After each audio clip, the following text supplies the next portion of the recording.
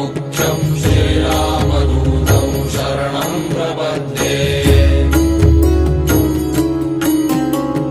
मनोजवं मारुततुल्यवेगं जितेन्द्रियं बुद्धिमतां वरिष्ठं वातात्मजं वानरयूथमुख्यं श्रीरामदूतं शरणं